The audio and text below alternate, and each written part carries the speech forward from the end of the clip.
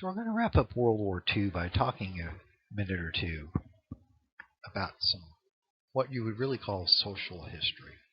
What were people doing during World War II? My class is kind of light on social history. It's not that I don't find it interesting. I actually do.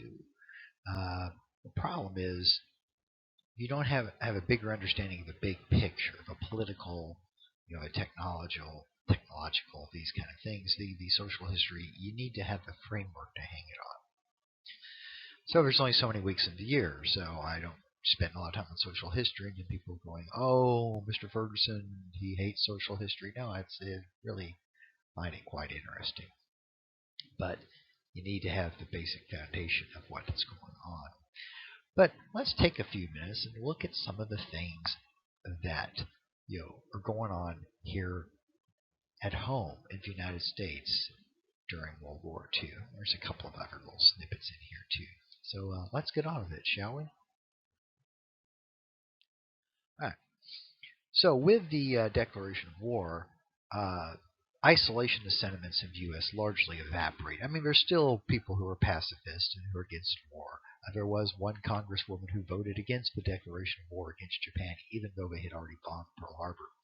But there's always a few. But by and large, the American public is very supportive of the war. Okay? That doesn't mean that everybody is equally making sacrifices, but and so one of the things that's fun to do at this time period is look at advertising. You know, everybody wants to somehow feel they're doing a part. Okay, one of the big pushes is to buy war bonds. This war is very, very, very expensive, so people are asked to take money out of their paychecks and buy defense bonds that can be used to help finance the war to be paid back later. Okay, and a lot of companies start theming their advertising towards the war effort. Okay, now I got these off a website. I don't even remember where the website was, to be honest. But just it was things that are going on during World War II, and so here's one, for instance, is you can put a Nazi out of the war. Buy a war bond today. Look, there's John Q. Public up there. He's in his shirt, in his tie, and his vest, and he's about to run a German through the bayonet. Okay, so even if you're at home working in business, you can help win this war by buying a bond. This ad is paid for by the Beech Nut Packing Company, which might be the Beech Nut Chewing Tobacco. I don't know, but there's also baby food I think called Beech Nut. It's not important. See, the ad doesn't even really talk about what they're doing, what they're selling. They're just wanting to show that they're doing their part by advocating buying bonds. I got several of these. Here's Ivory Soap. Keep your beauty on duty. Okay, and there's the young lady who's in some kind of military role, talking on the phone. But doggone it, you still want a clear complexion, and why not use Ivory Soap? Okay.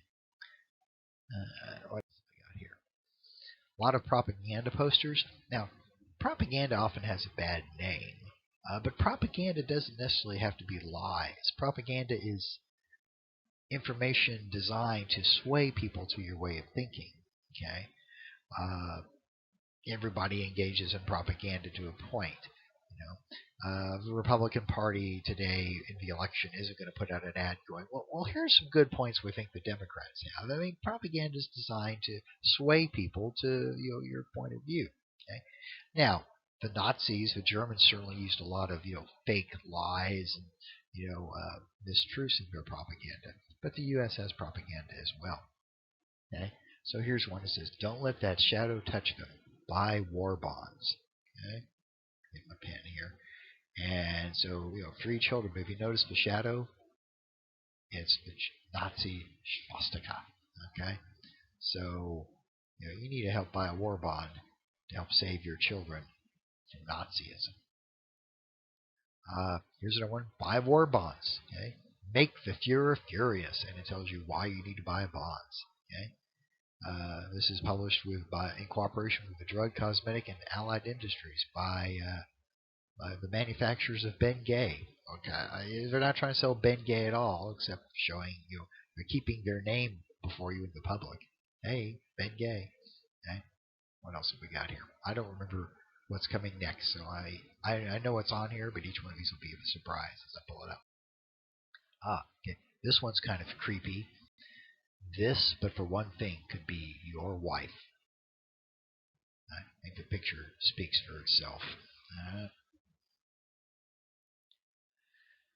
Now, bonds, once again, buy bonds. Roosevelt had given a speech talking about 4 freedoms. One was freedom of speech, one was freedom of religion. I don't remember the other two right off the top of my head. I'm not going to worry about it. And Norman Rockwell, the famed painter, he painted a lot of covers for magazines. I did a series of posters that supported these. So, say freedom of speech. Here's the guy at the, I guess, the town meeting or whatever, is getting up, having his say, and you can save that by buying war bonds. Help support the war.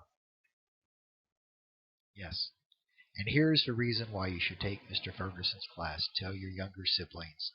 Only in Mr. Ferguson's class will you see war propaganda drawn by Dr. Seuss. Ensure your home against Hitler. Buy war savings bonds and stamps. And there's the art. I mean, it's designed Dr. Seuss. I may buy a bond, but I still won't eat green eggs and ham. All right. Now, during the war, there's rationing. Okay. Here's a rationing book. I don't know if this is a replica that was reprinted, or if someone found an unused one somewhere. I pulled this off the internet.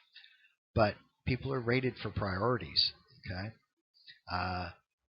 Some people will get more gasoline than others. There's gas rationing. Okay. If you're a doctor, you'll get more gas maybe than a housewife. Not because you're better, but because you have to be able to get to where the sick people are. All right? And so there's a priority system. And if you work in a war industry, okay, like building tanks or airplanes, you'll make sure you get enough gas to get you to work. Okay. If you're retired, you may not get much gas at all. Right? So it's not equal. It's not like, oh, everybody gets 5 gallons a week. No, some people might get X amount, and some people might get Y amount.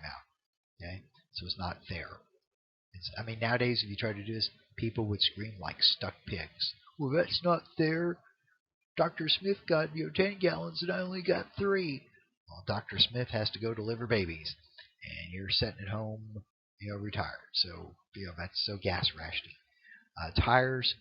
Tires are almost impossible to get because the supply of rubber from the East Asia is cut off. Okay? The military gets priority on it. To tell you the truth, we had lots of gas. We probably didn't need to ration gas, but they were trying to make sure people didn't wear out the tires. And one way to keep people from wearing out tires is to not let them drive. So, I mean, yeah, the military had priority on gas, but we make gasoline here in Texas. So one of the big reasons for gas rationing was to limit wear and tear on tires. They later lowered the speed limit to, if I recall, 35 miles an hour. Why? Because everybody's driving around on bald tires. Right? So here's a ration book. You can see this one's been stamped, it's been used, has somebody's name on it. Okay. Sugar, meat, some things you just can't get, or you can only get a certain much, and some things you can't get at all. Bananas, they're going to use shipping to bring bananas in from Central America. They're going to use that shipping to take goods to the war zone. Okay. So lots of shortages. You can't just walk into the store and buy whatever you want. Gosh, it's almost like living right now, isn't it? All right. What else have I got here? All right. What's going to win this war for us? Well, good strategy, superior intellect. Americans are better. We have a cause to fight for all kinds of reasons, really. But one big thing we have going for us is industrial mobilization. Because the business of America is business. Right? This is the B-24 bomber plant operated by Consolidated Aircraft, located in Fort Worth, Texas. Now, I could pull, 100 different photos illustrating this concept, but I used this one because it gives a local tie-in. Okay? This is right here in Fort Worth, not too far from us. and they're building B-24 bombers. Look, as far back as the eye can see, bombers under production. This is the most produced American aircraft of World War II. Something like over 18,000 of these things rolled out from five different factories making B-24s. And other factories are making B-17s and B-26s and B-25s. America makes something like, I don't have the figure in front of me, 300,000 aircraft during World War II. The Axis powers can't come close to mass producing this kind of stuff. And so we can supply not only our needs, but we can supply our allies. Through Lend-Lease, we give airplanes to the British, to the Russians, to the Free French, to Brazil, guns, ammunition, tanks, trucks, all rolling out of American factories. Now, who's going to build these things? Well, here's some mythology here, maybe. The men have all gone to war, so who do you turn to? That's right, women. Okay? So, this poster on the right is very, very, very famous. Okay, we can do it. People will usually tell you it's Rosie the Riveter. It really isn't. Rosie the Riveter is on the left. Okay? It's a Norman Rockwell painting from the cover of the Saturday Evening Post. You can tell it's Rosie the Riveter because her her safety helmet says on it, Rosie. And she's eating her lunch, and it's hard to see because we've got such a small picture here instead of the PowerPoint, but she's got her foot on a copy of Mein Kampf, which is Hitler's book. Okay? That's the actual Rosie the Riveter, but this comes to symbolize woman power working in industry, and then this yellow poster has become popular in the last decade or two. I mean, it's an actual wartime poster that was used, I think, from Westinghouse. Okay? But that's the one that's kind of come to symbolize Rosie the Riveter to modern day audiences. Okay, so female, woman power. All right. Now, this video is going to run over, so I'm going to have to do it in two pieces. Let me tell you about the women real quick. Woman power in this war, very, very, very important. Okay.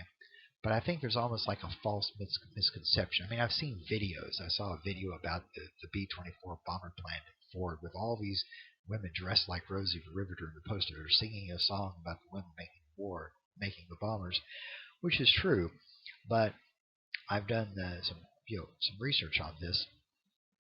For instance, one aircraft factory that I was looking at for the dissertation employed about 30% of the workforce was female. Now, that's nothing to sneeze at, okay? Don't get me wrong. This is a valuable contribution to the war effort. But are most of these women machinists? Are they trained in how to build things? Do they have just the sheer muscle power to move large airplane components like engines around? No. So the plants are still largely operated by men, but the women, I'm not saying women aren't important, they are. You can't just erase 30% of your workforce and not notice, okay? But many times the men are teaching the women how to operate the drill presses, how to do the welding, how to do the riveting, and the men are doing some of the muscle power, like lifting large components around. So there's a lot of women, though, get involved in this, and they get used to the idea of like, wow, having a paycheck is really cool, okay? So, like I said, that's not meant to denigrate the role of Rosie the Riveter at all. It's a cultural icon. It's very important. I don't want you to go, walking out of the class going, well, during the war, the men were all overseas and women ran all the factories. That would be an exaggeration by any stretch of the imagination.